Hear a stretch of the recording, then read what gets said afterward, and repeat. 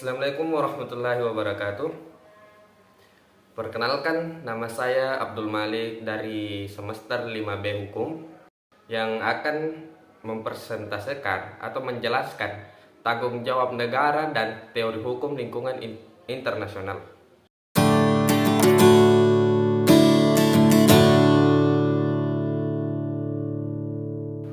Ada dua istilah yang menunjukkan pada pertanggungjawaban dalam hukum internasional, yaitu liability dan responsibility. Liability merupakan istilah hukum yang luas yang menunjuk hampir semua karakter resiko atau tanggung jawab yang pasti, yang bertanggung atau yang mungkin meliputi semua karakter hak dan kewajiban secara aktual atau potensial, seperti kerugian, ancaman, kejahatan, biaya atau kondisi yang menciptakan tugas untuk melaksanakan undang-undang.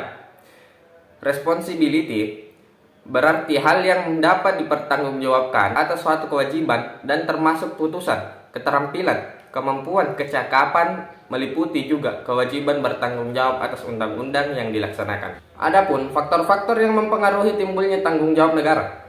Yang pertama, adanya suatu kewajiban hukum internasional yang berlaku antara dua negara tertentu.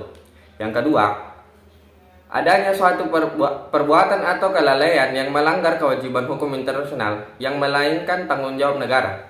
Yang ketiga, adanya kerusakan atau kerugian sebagai akibat adanya ketindakan yang melanggar hukum atau kelalaian. Lahirnya tanggung jawab internasional didasari oleh dua teori. Teori pertama yaitu teori resiko. Yang kedua, teori kesalahan. Jenis-jenis tanggung jawab internasional ada 6. Yang pertama, tanggung jawab terhadap perbuatan melawan hukum. Yang kedua, tanggung jawab atas pelanggaran perjanjian. Yang ketiga, tanggung jawab atas konsesi. Yang keempat, tanggung jawab atas ekspropriasi.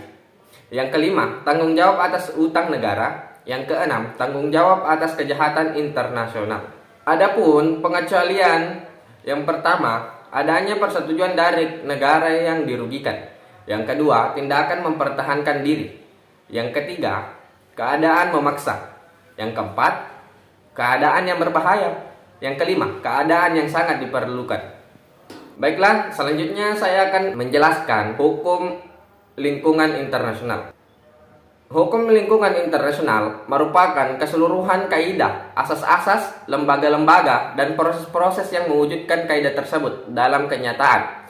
Kaidah-kaidah dan asas-asas yang dimaksud adalah kaidah dan asas yang terdapat dalam perjanjian internasional maupun hukum kebiasaan internasional yang diimplementasikan dalam hukum lingkungan internasional. Baiklah, selanjutnya sumber-sumber hukum lingkungan internasional. Yang pertama, International Treaty. International Treaty yaitu perjanjian internasional merupakan perjanjian yang dihasilkan melalui konvensi-konvensi internasional di bidang lingkungan hidup, baik yang bersifat legali maupun non-legali, telah menjadi landasan pemberlakuan ketentuan perlindungan lingkungan di tingkat global.